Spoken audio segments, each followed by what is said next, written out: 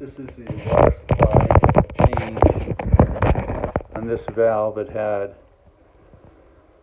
the cold's always supposed to be on the right, the hot's always supposed to be on the left. This is opposite of the wall, of course, and whoever did this plumbing did it incorrectly, so we changed it. So we identified this as the cold, and we used something called PRO-PRESS fittings here. This tool is used, and you crimp it on. There's an O-ring in there,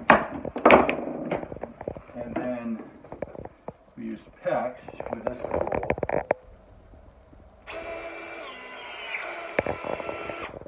You don't want to get your finger caught in there. And this is the arrangement we did. So notice the cold water supply goes like this. It's crimped with 90-degree elbows here. Then another PRO-PRESS fitting, which you have to do from the copper to the PEX. And then we did the same thing with the hot. Transferred that here. And then so the sides are correctly transferred and changed now.